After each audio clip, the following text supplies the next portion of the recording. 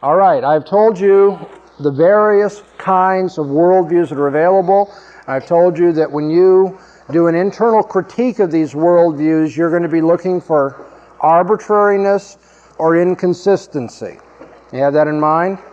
Now let me do an internal critique of materialistic atheism.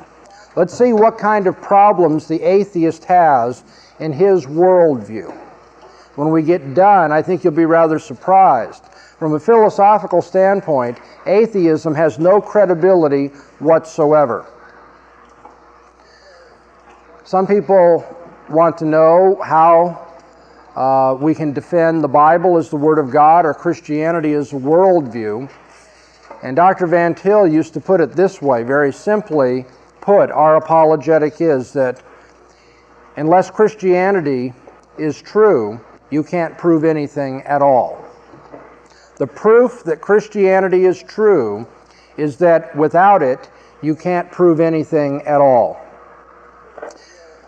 To put it in a real sophisticated way, the Christian worldview is the transcendental precondition of intelligibility. It is the precondition, what must be the case and assumed to be the case for anything in human experience to be intelligible.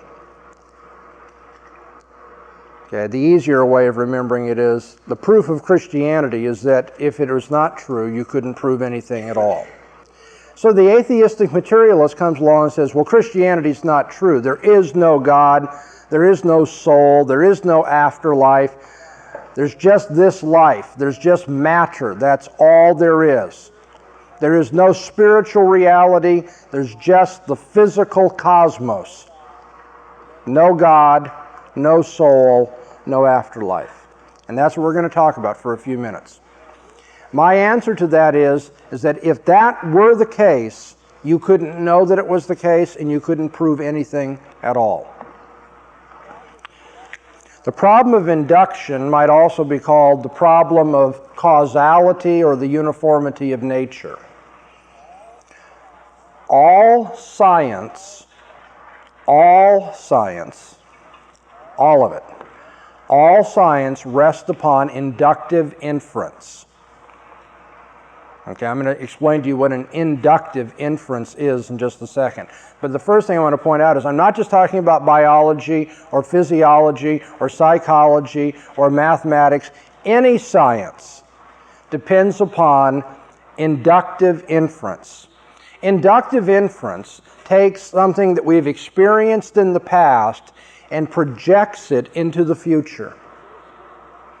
Here's a good example of inductive inference not performed in the science classroom. You get up in the middle of the night and are walking around in the dark and you stub your toe. You go, ouch. The next night when you get up to walk around in the middle of the night in the dark, you're careful not to stub your toe again.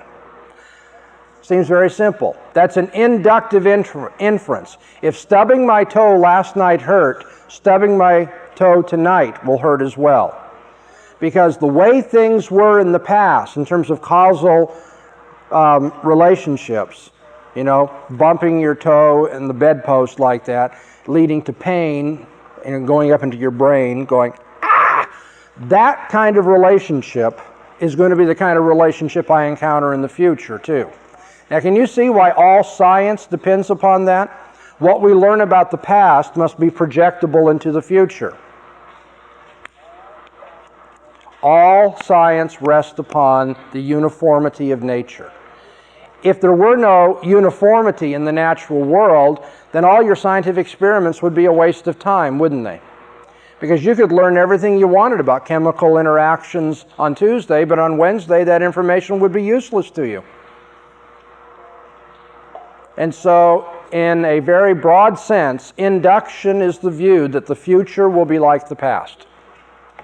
The future relationships between events will resemble past relationships between events. I will now do a sophisticated scientific experiment for you. What will happen if I let go of this marker? It will in this room under the present gravitational barometric conditions, what will happen to this marker? You have never ever seen this experiment done before. Do not try to generalize from apples that have fallen to the floor or silverware that you've knocked off the table. Don't try to generalize at all. You've never seen this experiment. What will happen when I let go of the marker? Do not rely upon past knowledge. What will happen to the marker? What? The good philosophers are saying we have no way of knowing if we can't rely on any past experience. This is the first time we've encountered it. Who knows what will happen the first time? Okay, so now remember that. You don't know. I'm now going to do the experiment. Watch closely. There is no trickery involved. What happened when I let go of this? Fell. Okay, now, we're going to do a second experiment. You now know that one time, 20 seconds ago, this fell when I let go of it. We will presume under the same atmospheric, gravitational, and barometric conditions. What will happen when I let go of it this time? What will happen? You don't know. And the reason you don't know is because you have no basis for inductive inference. You don't know that the future, or what has become present, will be like the past.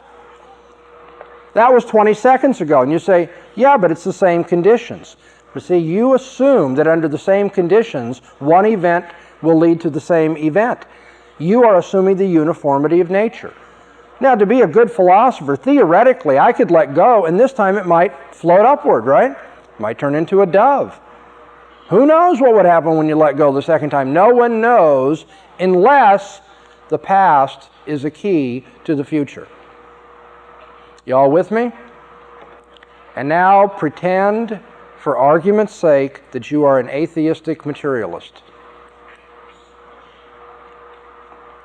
I'm a Christian.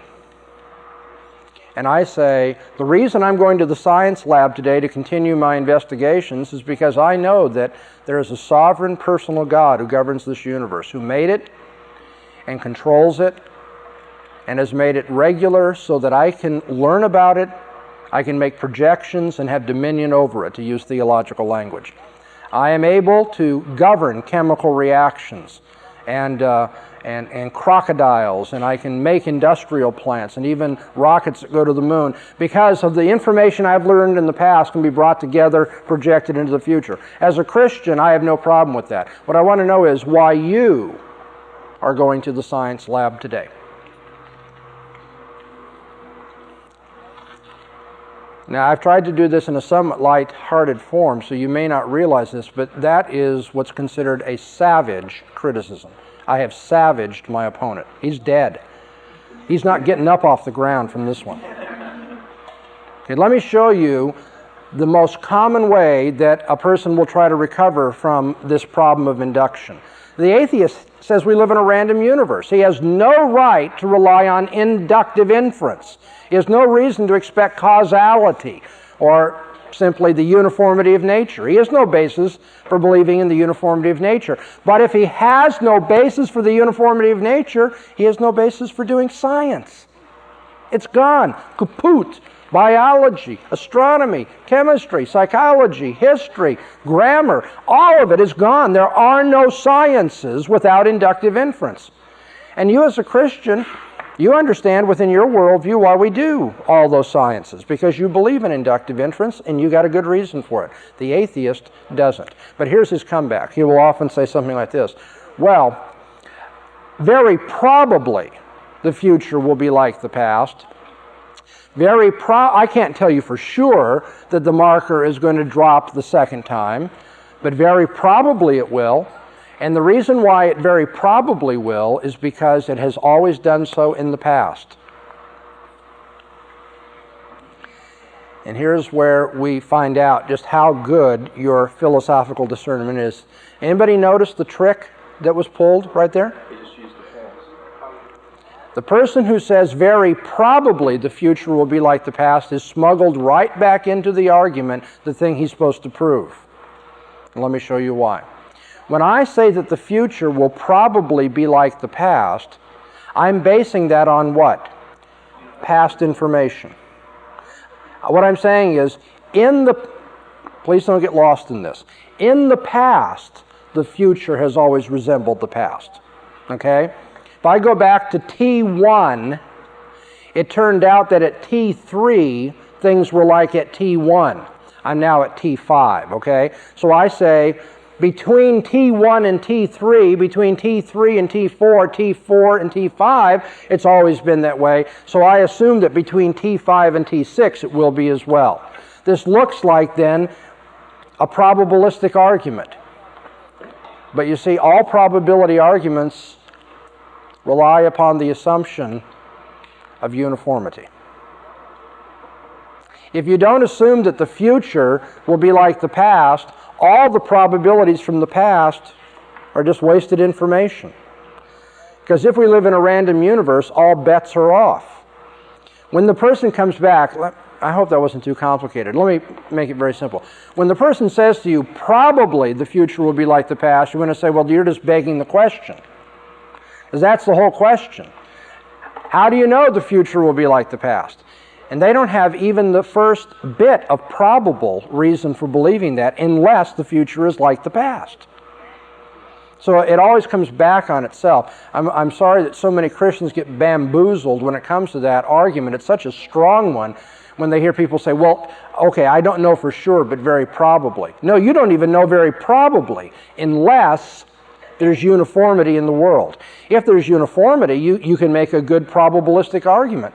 But uniformity is the very thing we're debating right now. So you can't import that as an assumption to prove what you are supposed to be proving. So what do we have here? We have two worldviews in conflict. And now the one worldview of atheism ridicules you for your Sunday school faith in Jesus and believing the Bible and all that. But you know, with that very simple understanding of the world, God made the world, He made me, He sent His Son to die for my sins, that very simple worldview, I can do some real powerful things.